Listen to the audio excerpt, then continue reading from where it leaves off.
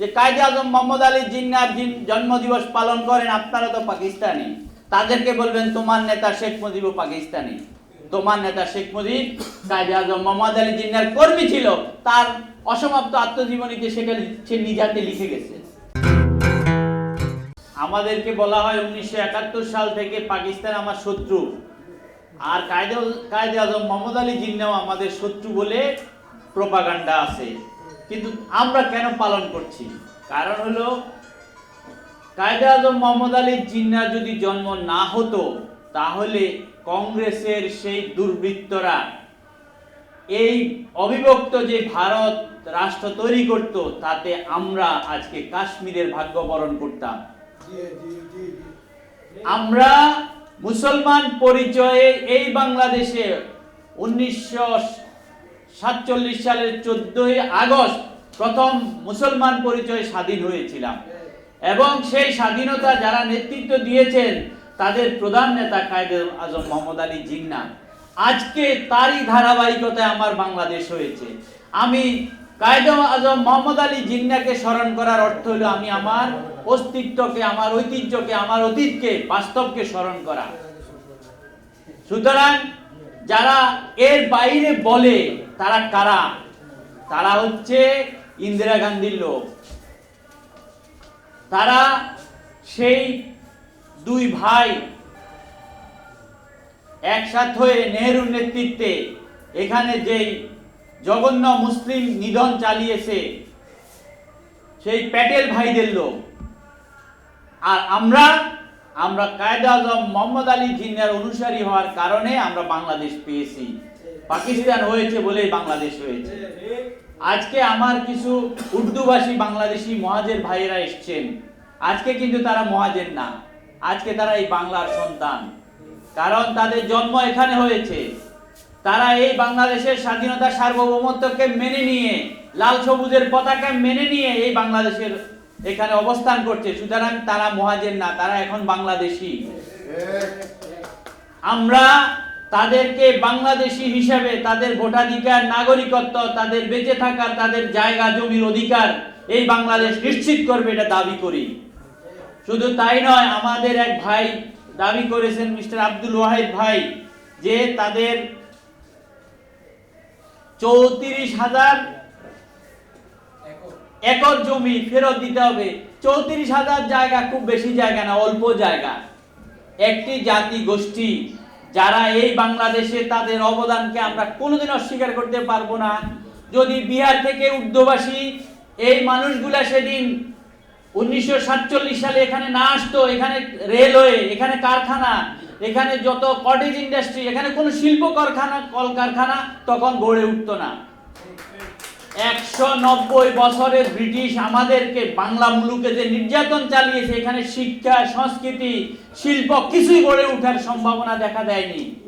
এই দুরবস্থার মধ্যে এখানে যে সকল হিন্দু জমিদাররা ছিল, এই বাঙালি মুসলমানদেরকে তারা এত নিষ্পেষণ চালিয়েছে ব্রিটিশের রাজে। বাঙালি মুসলমানের মধ্যে গ্রাজুয়েট পাওয়া যায় না, বাঙালি মুসলমানের মধ্যে এন্ট্রান্স পাস পাওয়া যায় না, লক্ষতে একজন, হাজারে একজন। সেই বাঙালি মুসলমানের দেশে আমরা শিল্প কারখানা গড়ে তুলেছি শুধুমাত্র আমার এই মহাজের যারা ছিল 1947 সালে, যারা বিহার থেকে উর্দুভাষীরা এসেছে, তারা এখানে ইন্ডাস্ট্রি গড়ে তুলেছে। আজ তাদের অবদানকে আমরা কোনোভাবে অস্বীকার করতে পারি না।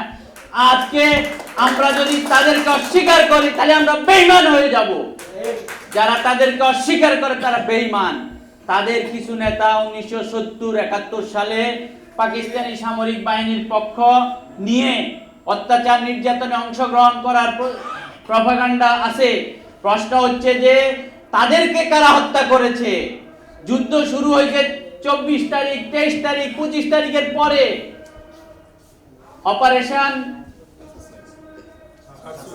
অপারেশন সার্চলাইটের পরে যুদ্ধ শুরু হয়েছে। তার আগে যে সকল উর্দুভাষীদেরকে হত্যা করেছে ভারত গোপনে এখানে মিশন পাঠিয়ে, উর্দুভাষী এখানকার যে সকল বাংলাদেশি ছিল, পাকিস্তানি উর্দুভাষী ছিল, তাদেরকে হত্যা শুরু করেছে। আপনি দেখেন dead recording, Sharmila Basu Harvard বিশ্ববিদ্যালয়ে তাদের থিসিস করেছে, সেই থিসিসের মধ্যে স্পষ্টভাবে উল্লেখ আছে। আমরা বলতে চাই তাহলে যুদ্ধের আগে যুদ্ধ শুরু করেছে ভারত। পাকিস্তান যুদ্ধ পশ্চিম পাকিস্তান যুদ্ধ শুরু করেছে অপারেশন সার্চলাইট দিয়ে, আর ভারত আমাদের এখানে উর্দুভাষী মুসলিমদেরকে হত্যা করা শুরু করেছে তার আগে। এবং এই আওয়ামী লীগের কিছু কিছু নেতা সেখানে সহযোগিতা করেছে, এবং ছাত্রলীগের কিছু নেতা তখন সহযোগিতা করেছে বলেই বাংলাদেশের অভ্যন্তরে ভারত অপারেশন সার্চলাইটের আগে পশ্চিম পাকিস্তানি সেই সৈন্যদের আগেই এখানে যুদ্ধ শুরু করেছে। তাদের উদ্দেশ্য ছিল মুসলমান পরিচয় যারা এখানে এসে এই ডেভেলপমেন্ট ওয়ার্ক করেছে, এখানকার ইন্ডাস্ট্রি গড়ে তুলেছে, তাদেরকে যদি হত্যা করা হয় তাহলে বাংলাদেশ জাতি রাষ্ট্র হবে না, হলেও সেটা দুর্বল হয়ে যাবে, তারা দখল করতে পারবে। আমরা সত্যকে যদি অস্বীকার করি, আমার অস্তিত্বকেও একদিন অস্বীকার করা হবে। সুতরাং এই যারা উর্দুভাষী বাংলাদেশি, তারা তাদের পূর্বপুরুষরা এই বাংলার শিল্প সংস্কৃতি গড়ে তুলেছিল বলে আমরা তাদের কাছে কৃতজ্ঞ, আমরা তাদের কাছে ঋণী। বন্ধুরা, আগামী 7 জানুয়ারি ফেলানি দিবস, সবার আমন্ত্রণ রইল। আপনারা যে যার মতো পালন করবেন, আমরা আমন্ত্রণ জানালে আমাদের সাথে আসবেন। ফেলানি দিবসটা আমরা কেন পালন করি? কারণ ভারত বর্ডারে বাংলাদেশের নিরীহ কিশোরী, যার কাছে ভারতের নিরাপত্তার হুমকির জন্য একটা আলপিনও ছিল না, তাকে গুলি করে হত্যা করেছে। শুধু হত্যা করেনি, তাকে কাঁটাতারের বেড়ার মধ্যে ঝুলিয়ে রেখেছে, সারা পৃথিবী চি চি করেছে। আজ বাংলাদেশে যারা রাষ্ট্র ক্ষমতায় এসেছে, আমরা তাদের বলবো, আমরা যে দাবি জানিয়েছিলাম জাতিসংঘে, তারা বলেছে কোন সংগঠনের দাবির প্রেক্ষিতে জাতিসংঘে প্রস্তাবনা আনতে পারে না। আমরা দাবি করেছিলাম ফেলানি দিবস বিশ্বব্যাপী পালন করার জন্য। জাতিসংঘের নিয়ম অনুসারে সদস্য রাষ্ট্রের পক্ষ থেকে সেই প্রস্তাবনা দিতে হয়। শেখ হাসিনা ছিল আমার এই সীমান্ত হত্যার সময় ভারতীয় পক্ষের লোক, সে আমার এই দাবি পূরণ করতে পারে না। আজকে বাংলাদেশ যখন রাইট ট্র্যাকে এসেছে, বাংলাদেশ যখন এই দালাল শেখ হাসিনা ভারতীয় দালাল মুক্ত হয়েছে, আজকে সরকারের কাছে আমাদের দাবি থাকবে, আপনারা জাতিসংঘের কাছে পেশ করেন 7 জানুয়ারি ফেলানি দিবস প্রস্তাবনা পেশ করেন, সারা পৃথিবীর যেখানে সীমান্ত হত্যা হয় সেই সীমান্ত হত্যার বিরুদ্ধে। আজকের এই অনুষ্ঠান আমরা যারা এখানে উপস্থিত হয়েছি, আয়োজক আব্দুল জব্বার ভাই, আয়োজক সলিমুল্লাহ একাডেমি, আয়োজক সাইফুল ইসলাম শুভ, আজকে যদি শেখ মুজিব বাঁচে থাকতো বাংলাদেশে, কায়েদে আজম মোহাম্মদ আলী জিন্নাহর 1 নম্বর কর্মী হিসেবে শেখ মুজিবুর রহমান এই দিবস পালন করত। কারণ Sheikh Mujibur Rahman direct action day এর কর্মী, সেই ডাইরেক্ট অ্যাকশন ডে এর নেতা ছিল কায়েদে আজম মোহাম্মদ আলী জিন্নাহ।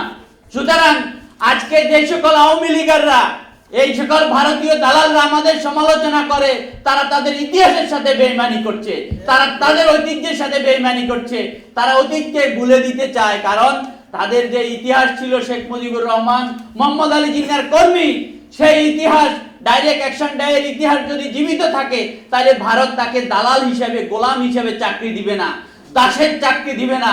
ভারতের দাসত্বের দাসখতের সিগনেচার করার জন্য শেখ মুজিব যে মোহাম্মদ আলী জিন্নাহর কর্মী, সেই কথাও আওয়ামী লীগ অস্বীকার করে। আজকে যদি শেখ মুজিব জীবিত থাকতো, এই হলে না হোক যেখানেই আয়োজন হতো, শেখ মুজিব গিয়ে উপস্থিত হয়ে বসে পড়তো যে আমার নেতার জন্মদিবস পালন হচ্ছে। এই জন্মদিবস আব্দুল জব্বার ভাই শুধু পালন করতো না, শেখ মুজিবও পালন করত। বন্ধুরা, আমাদেরকে সেই বিষয়টা অবশ্যই জাগ্রত রাখতে হবে। যারা বলবে যে কায়েদে আজম মোহাম্মদ আলী জিন্নাহর জন্মদিবস পালন করেন, আপনারা তো পাকিস্তানি, তাদেরকে বলবেন তোমার নেতা শেখ মুজিবও পাকিস্তানি। তোমার নেতা শেখ মুজিব কায়েদে আজম মোহাম্মদ আলী জিন্নাহর কর্মী ছিল, তার অসমাপ্ত আত্মজীবনীতে সেটা সে নিজাতে লিখে গেছে।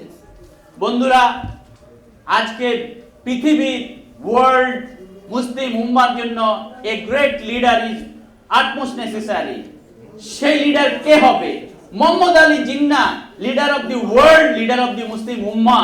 আজকে আমরা যদি কাশ্মীরের মুসলমানদের যে দুর্দশা, আজকে রোহিঙ্গা মুসলমানদের যে দুর্দশা, আজকে ফিলিস্তিনের মুসলমানদের যে দুর্দশা, আজকে ওয়ার্ল্ডে মুসলমানদের যে দুর্দশা, এই মুসলিমদের দুর্দশার জন্য একজন গ্রেট লিডার দরকার।